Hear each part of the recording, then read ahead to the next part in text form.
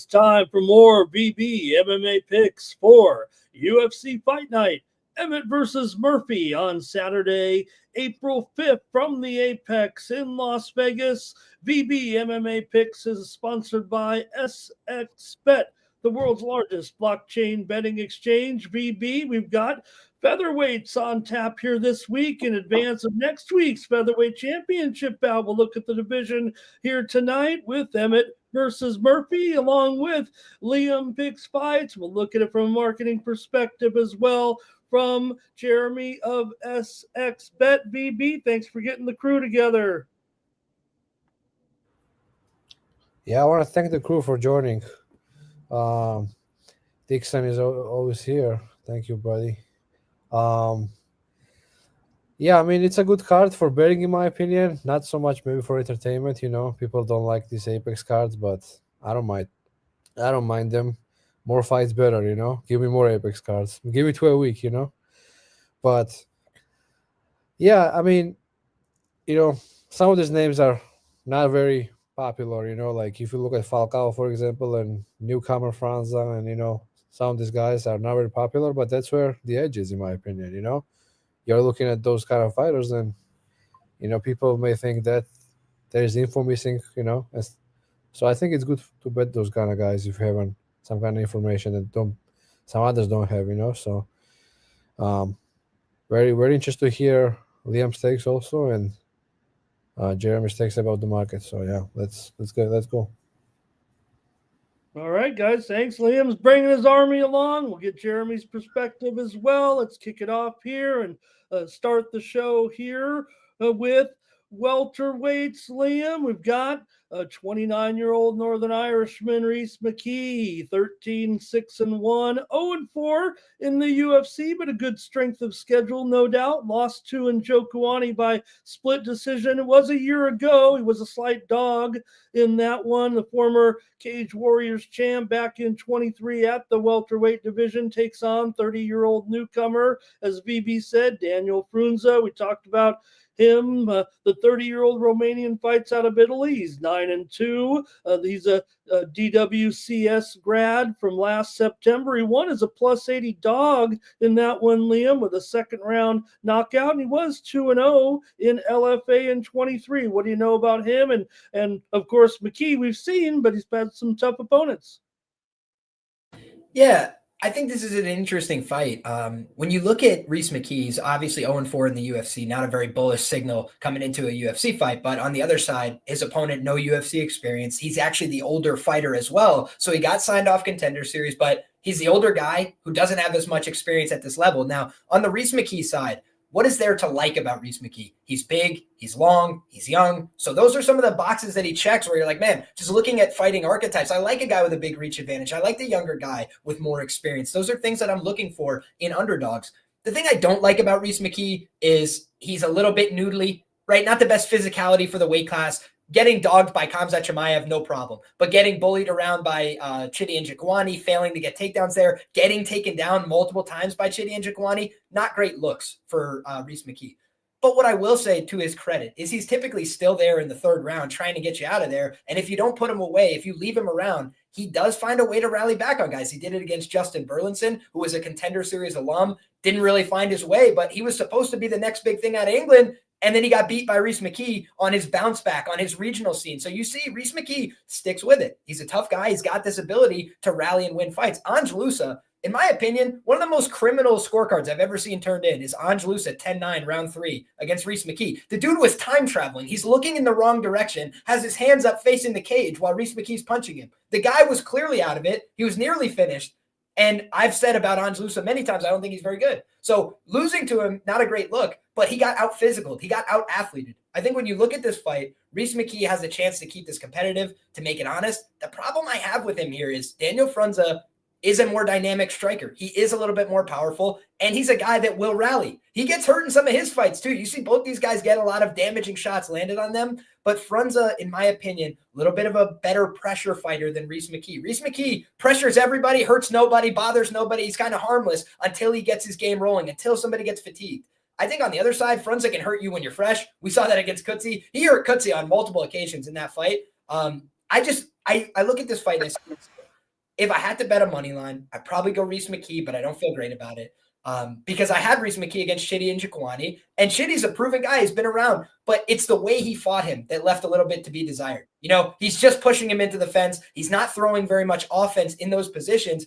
That's kind of a style that judges hate. They don't want to reward you for that. Meanwhile, on the other side, Frunza constantly trying to do damage. If you try and take him down, he's going to try and get back up to his feet. He's going to throw vicious elbows from his back. So in terms of the other way I'd look at this is a violence angle. I think both these guys have a chance to finish each other. I think they both have glaring flaws in their game. So for me, that's something that I would look at here is either the underdog if you want to pick a side, because I do think Frunza has enough vulnerabilities. The Gary Boletto fight, he got dropped, he got choked, he had an opportunity to reverse positions. He had no idea what to do there. I think the guy is a little bit green in the grappling.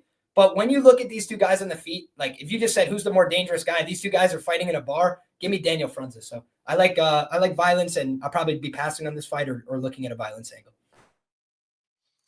Jeremy, since this market's shook down here early this week, really not much movement, maybe a slight move to the dog from some of the rogue openers. What do you have?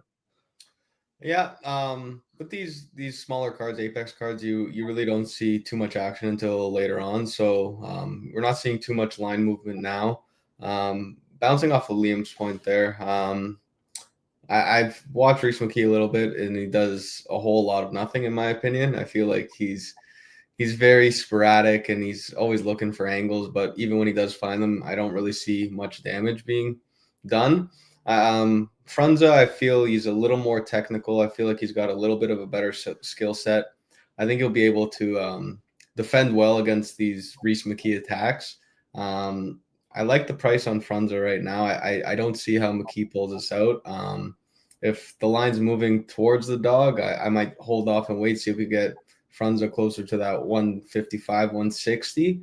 But I think this goes the way of the favorite here, in my opinion.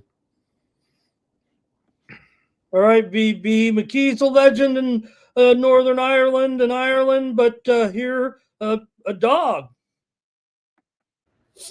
Yeah. Hey, Ozzy. So, yeah, I mean, Liam described this fight pretty well.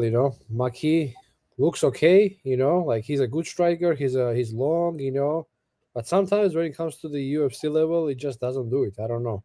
Like if you look at these Cage Warriors fights, like guy he knocked out, Justin Barlison, I think that the guy is pretty good. I think the guy would win a couple fights in the UFC. But like he comes to the UFC, he loses to Morono, he loses to Lusa. He almost got knocked out there a couple times in that fight before the round 3, right? So, Chidi fight. I mean, I don't know how there was split decision. I bet him there.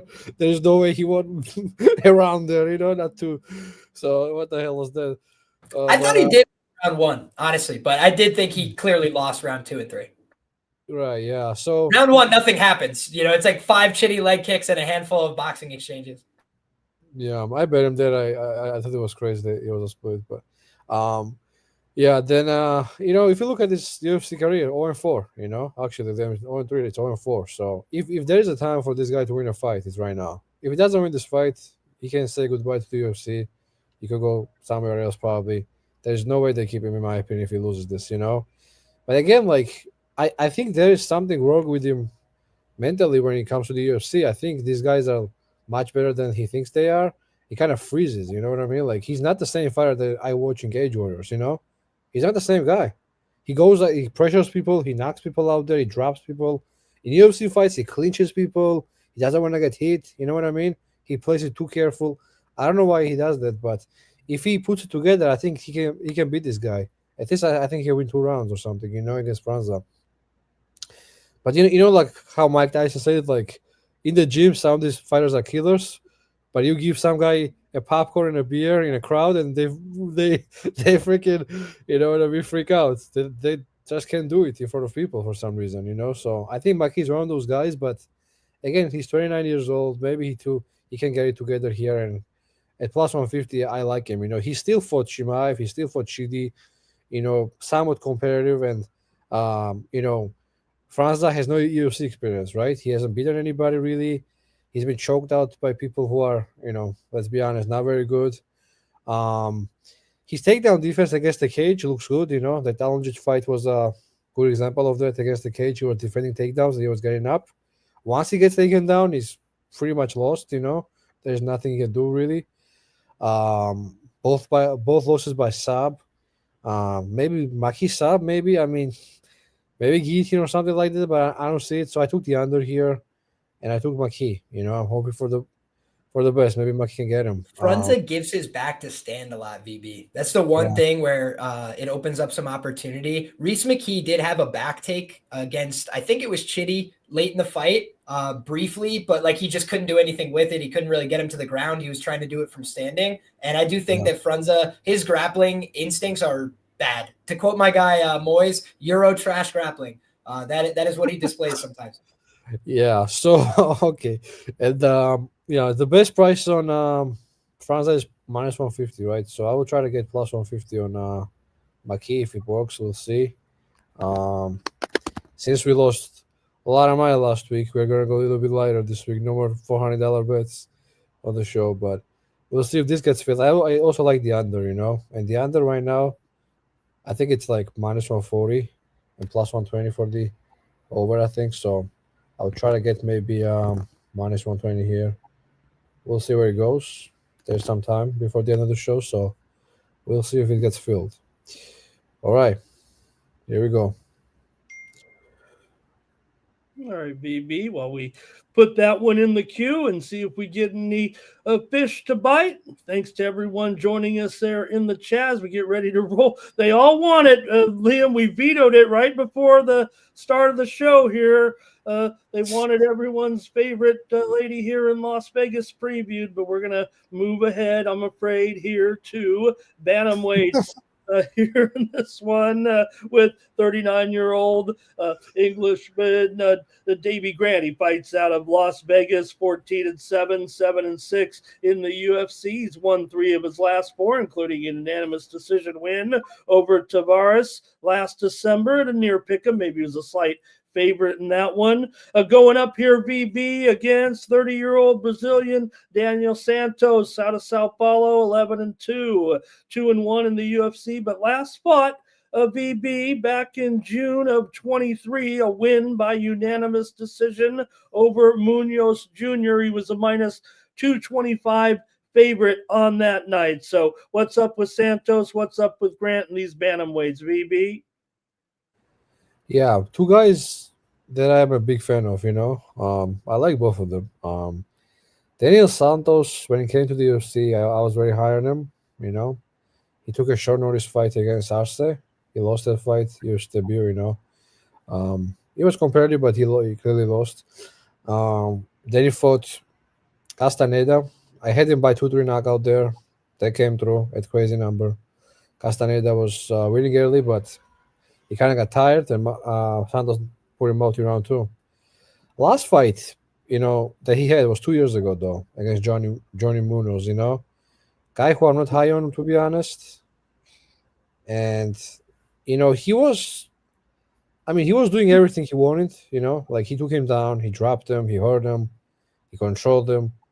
But I was kind of surprised he didn't finish him, I wanted to see kind of more in that fight, which I don't think Johnny Munoz is a UFC level fighter, and he pretty much won every round. But I thought he was gonna finish that guy, and he couldn't.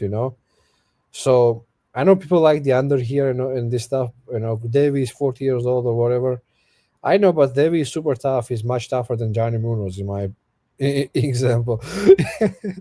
in my opinion, he's much tougher than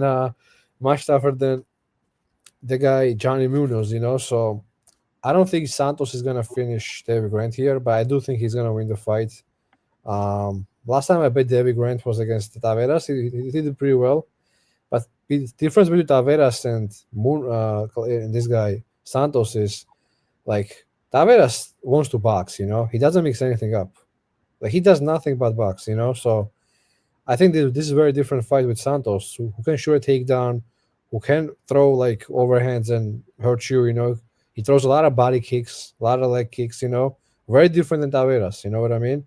So I think it's much different stylistic fight here. So I like Santos here. I'm kind of surprised the line is going this way right now, because, I have -160 on him, And people are betting Davey Grant at 40 years old. You know, I don't know what can go wrong, but many things can go wrong, you know. And yeah, I don't know. I like Santos. I may add more because they're forcing me to add more at this point, you know. And yeah, I like Santos here by probably a decision because, as I mentioned, Davey is super, super tough, but very surprised by the line movement.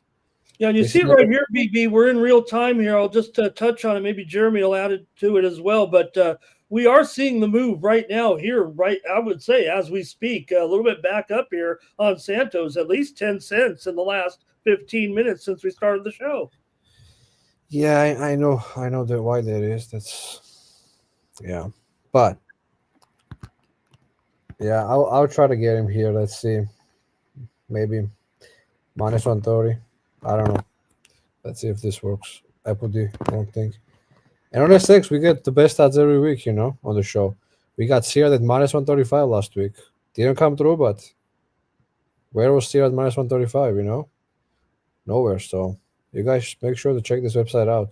Link is down below, and you will get this odds I'm getting every week, you know. BB, I'm gonna fill you live here on the show. I'm going with Grant on this one. Okay, Yeah, please. so right here, let's take that action. We'll We've go got ahead down here. hunters from all throughout the world, but we don't need to go any further than Jeremy's office. Here we go. Yeah. Did you feel it? I did, yes. All right, let's see. Okay. Oh, here we go. You see, like right here, whoever took the other side, you can see. This goes for everybody. There's somebody bet here, this side, and you see the other maker. So it's 1-to-1 basically. You know, it's not a book; it's a betting exchange. Okay, Jeremy, let's Yeah. go. Let's do.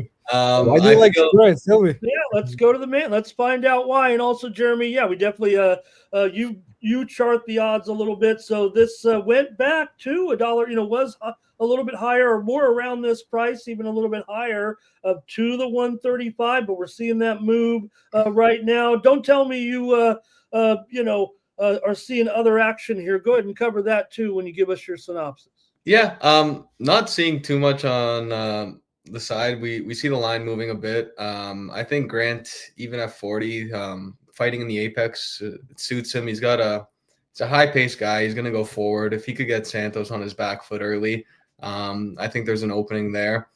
Santos does have the ability to slow down the fight, kind of keep him in range with those leg kicks, and if he gets a takedown, could control the fight a bit. I just think the exchanges, even at 40, is going to be pretty high pace. I also like the under, to be honest here. So pretty opposite on VB here. I think it'll be an exciting fight. It'll be one of the better fights on the card. Given that he could show up and perform. I know age is a factor, but you're looking apex fight, 3 rounds, so shouldn't be too tough on the bodies here, I expect. I think it's going to be a good fight. I do like Grant here at plus 130. I think it's a great play, personally. All right, BB. Right now, showing that line has moved here, $1.55. Liam, what do you got? Yeah, this is not a fight I feel very strongly about. I'm a huge Davey Grant fan, have been for a long time since he knocked out, what's his name? Oh, good, Jonathan Martinez with that literal straight arm banger, man. It's like one of the funniest fights of the COVID era. But in any case, if you look at this guy, Davey Grant, one thing I like, if you're going to bet on an old guy, I need them to be on drugs. All right. Davey Grant shows up with HGH gut, 6 inches coming off the outside of his stomach every time. So my man shows up ready to go. He does not need to fight. As far as I could tell, he just loves to fight. Like, just is about that life. He's not going to fight for a title. He just likes to get in there and bang it out. He's that kind of dude. So I think that as far as like where the bottom is for Davey Grant, like one day he's going to get knocked out in vicious fashion. And that could very well be this weekend. Because if you look at his style, he's getting older. He takes a lot of risks. His hands aren't always in a very sound defensive position. He's trying to hurt you. So he's trying to throw really hard and like commit to his offense, and everything else is a little bit of a wash. Now, he's not the most technical guy, which is why he doesn't always put people out with that offense, but he still is a fun guy. He's got an appealing style to judges. And here's one thing I'll note. 7 of his last 9 opponents in the UFC, he's outlanded them on significant strikes. So Davey Grant does more than his opponent more often than not. You look at some of the losses he's had, I can forgive the loss to Daniel Marcos. Who's beaten that guy? Been a very tough out for everybody he's fought in the UFC, and that's like one of his closest fights, right? A very competitive one. I think that when I look at Daniel Santos on the other side, got a lot of potential, got a lot of upside long-term. What are we getting with him? He's been out for a while. VB mentioned that. That for me creates a little bit of uncertainty. He has more pullouts than fights in the UFC. He's pulled out 4 times since he signed his contract. He's fought 3 times. My man's not healthy. He's not well. That's why he's not getting to these fights. So for me, I want to see a healthy, well version of this guy on the scales looking like he's sauced to the gills. Because if he's not, I know Davey's going to be sauced to the gills. Like, that's for me the one hang up I have. So I don't always like to be the weigh-ins guy. I will be watching the weigh-ins for this fight. I want to see if Davey Grant don't have the HGH gun, it's all over. Thanks anyways, Davey. Great memories. We love you. But if he does, and the other guy looks like, he's maybe a diminished version of himself, whether it's the injuries and everything else that's kept him out, how's he making money, right? Eventually you got to come to work just to get the coins, right? Whether you're healthy or not. We've seen a lot of guys show up and then say afterwards, my shoulder was busted, my arm was gone, I couldn't lift but they need the money. So they show up to work anyway. And this guy is kind of getting to the point where it's like 2 years, haven't gotten a check. Like, let's get out there and find out healthy or not. And for me, I don't want to take that risk. So I do think Santos, if you were saying, hey, who should be the favorite here, gun to your head, like Santos. He's the younger guy. He can take a good shot. He can keep coming forward against Castaneda, got dropped, rallied, finished him. But I just think, like, who's proven more in the UFC? It's not even close for me. It's Davey Grant. So close competitive line seems about right to me. But 40-year-olds in MMA, that doesn't have a great track record. Yeah, Liam, if you look at his IG, he looks to be training. I think he was sparring. Santos? I think he was sparring with Ian Gary, and stuff like that. Hey, that Irish luck's gonna rub off on him then, VB. I think that just boosted your wager. Yeah, I think in general, I mean, people were saying there's, no way that Grant, wins the last fight, and then he won. But I don't think Daniel Santos is Ramon Taveras, to 29-29 him, 28-28, 29-28 him, So it's like Santos, I think, can finish him. He can hurt him. Is it likely that he finishes him? Probably not. But I think Santos is close to a top 10 guy for me, I really like his skills. So we'll see. It's going to be either me or Jeremy here. Well, speaking of 40-year-olds, we'll talk about a 40-year-old in the main event in just a moment when we talk about Emmett versus Murphy on Saturday night. But first, you can follow VB MMA Picks on X and get his fight card picks for UFC Fight Night, Emmett versus Murphy on Saturday, April 5th. You can slide into his DMs and talk to VB directly and get this week's fight card. There's also some other action in MMA this week, as we know also, VB, that PFL heading down to Florida. What else is going on in MMA this week, VB? Yeah, you're right. PFL, UFC, and some other regionals. But yeah, I'm gonna have PFL card ready tomorrow.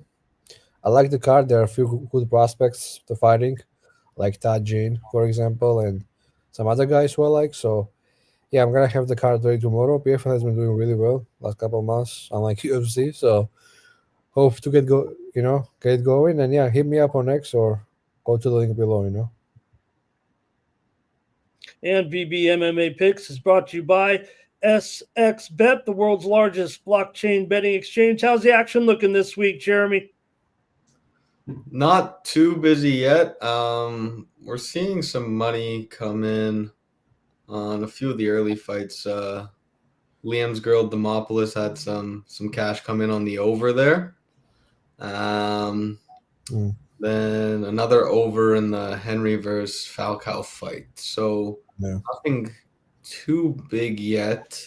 With these smaller cards, it tends to be sort of a Friday, Saturday action over on SX. Lines should tighten up then, and you see some things moving around over on the exchange side.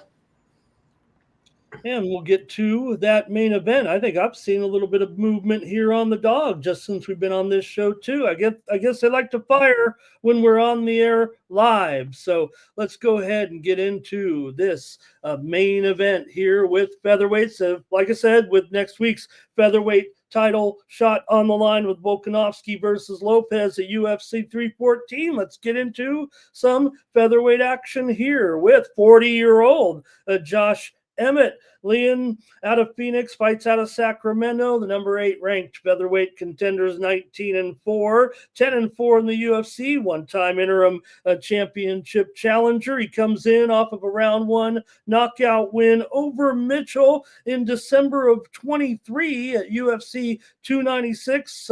Did earn the performance bonus on that night as a 1+185 dog. He's got a little bit of a layoff here, coming in against a 33-year-old undefeated Englishman from Manchester, Lerone Murphy, the number 10 contender in the featherweight division, 15-0-1, 7-0-1 in the UFC with 7 straight wins, including a unanimous decision win over Dan Ige at 308 last October. He was a -350 favorite on that night, Liam. So a top 10 contenders from the Apex on Saturday night in the featherweight division.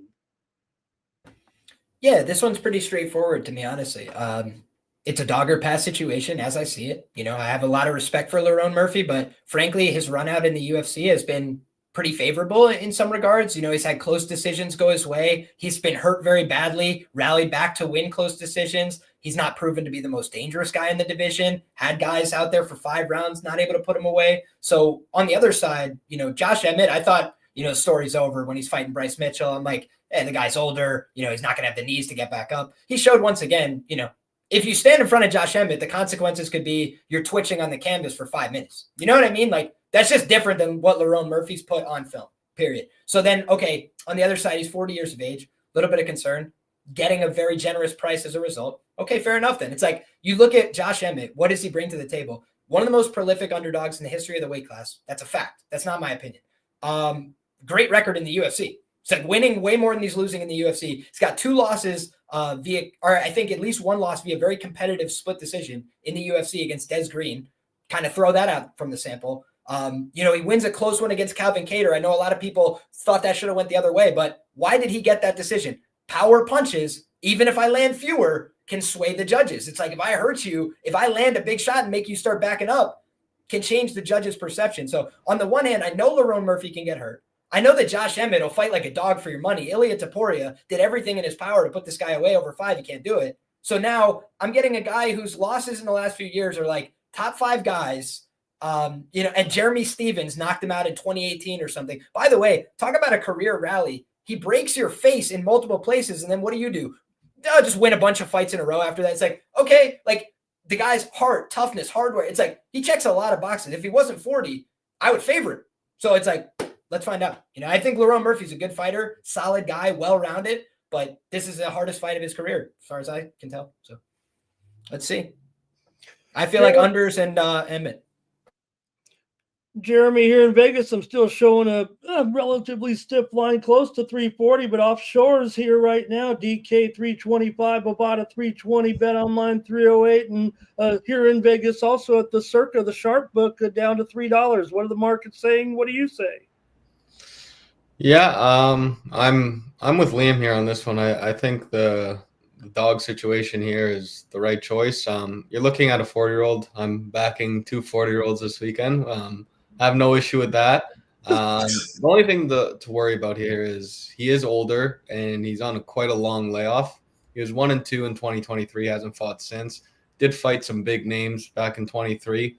But putting Bryce Mitchell down, Bryce Mitchell was the big up and coming guy. Everyone had all their coin on that guy to be a big guy in the UFC, and he kind of just got dropped. Emmett is a dog, and he's got some anger and some real grit behind his punches, and he's going out there, he's looking to flatline people. And Murphy, I don't think he's really faced someone who's going to come out like looking to knock your head clean off your shoulders.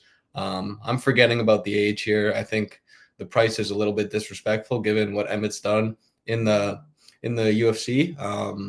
I'm throwing age out the window here. I'm riding Emmett. Going to look for solid price. I think 280 is a great price already. Could probably get even better than that. So Emmett's my guy here. All right, VB, these guys think getting their money's worth. What do you got? Yeah, I was looking at the line here, you know, and I mean, I agree with Liam. You know, when you have the Guy who has more UFC fights, more proven to me at least. And he's 40 years old, but how did he look last fight? A couple of months ago, like he knocked out Bryce Mitchell to a point where Guy was like, you know what I mean? He was doing some crazy stuff when he was out. I mean, he was hurt. That was one of the craziest knockouts, one of the scariest knockouts I've ever seen. And he was a big underdog there. He's underdog again. He was underdog to Cater. He was underdog to, I think, Bektic too. He knocked him out too in round one. You know what I mean? Like, this guy has always been an underdog, even against Denige. Like, another one where it was a closely lined fight. He was underdog to Shane Burgos, plus 180. Wins again. Guy has been an underdog in almost all of his fights. Can I just say, VB, That's Shane crazy. Burgos is a local guy. He's a New Yorker. He's a Section 9 guy. Massive fan of him. Always have been. He was never the same after that fight. You can just look at his career before, after, never the same guy. Absolutely, man. And I will try to get plus 300 here. Plus 300 is not realistic in any other bookies, but we'll see, because I think minus 300 is a good line for Murphy. Whoever wants it, maybe Jeremy take it again. But no, okay. But if you look at the market, this is what I was looking at this right here. Look at like Murphy minus 308. The best price is here minus 300. So if somebody wants minus 300 on Murphy, I will get plus 300 on Emmett, which is basically not available anywhere. So let's see if this gets filled. If not, that's good too. And now about the fight, like, I mean, they have a common opponent, right? Denige, right? They both fought him. I think Josh Emmett did much better than Murphy did, against Denige, for example. Like, if that fight was close, and I mean, there is some people saying that Ige deserved to win, It was 1-1 going to round 3, and round 3 was pretty competitive, So what tells me that this fight is not going to be close, Like, is Denige that much better than Josh Emmett right now?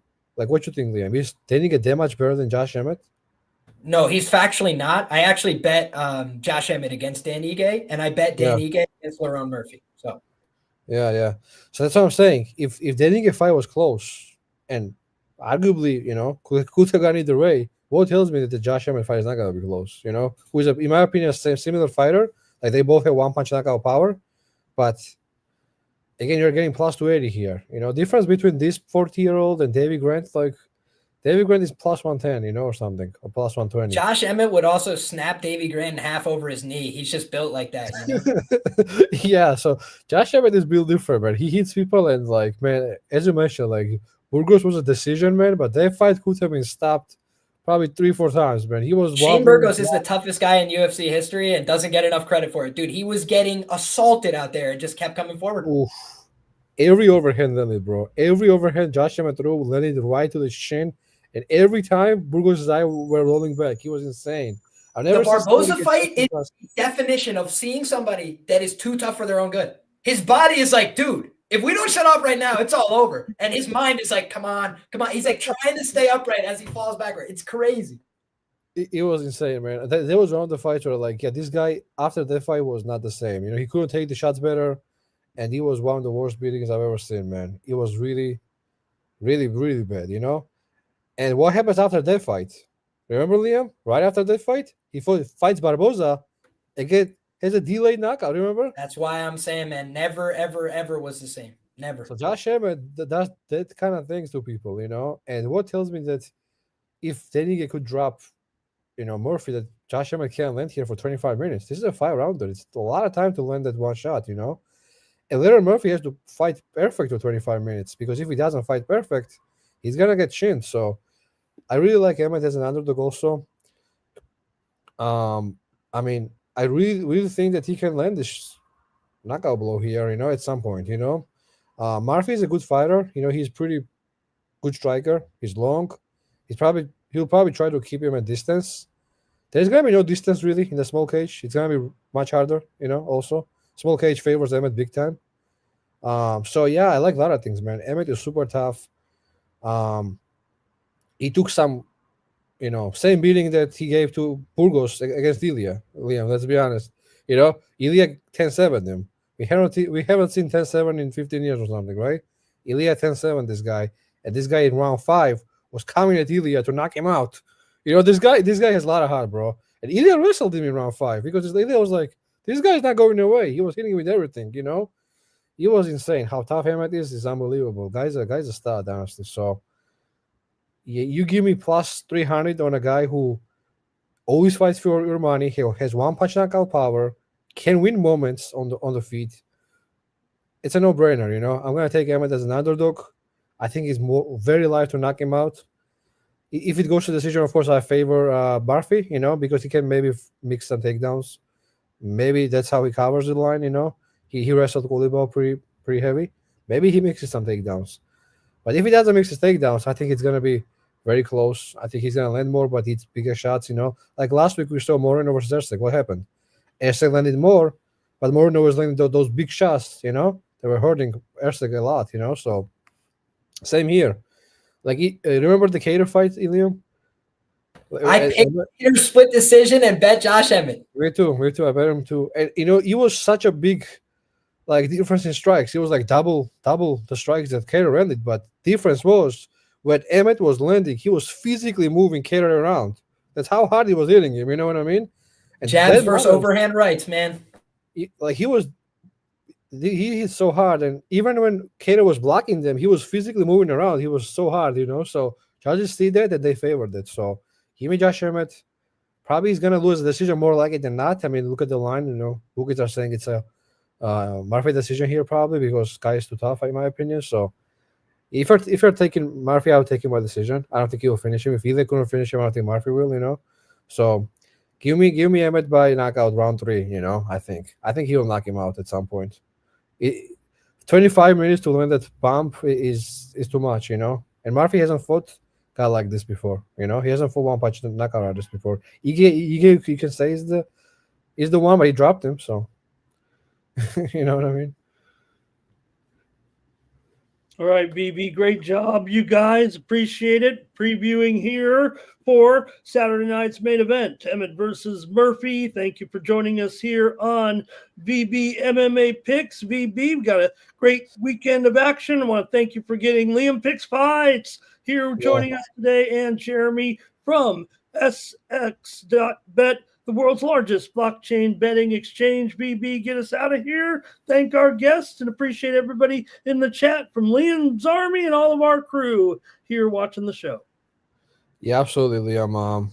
Thank you for joining. I want to ask Jeremy. Jeremy, you think this gets filled by fight day? Plus 300 on Emmett, or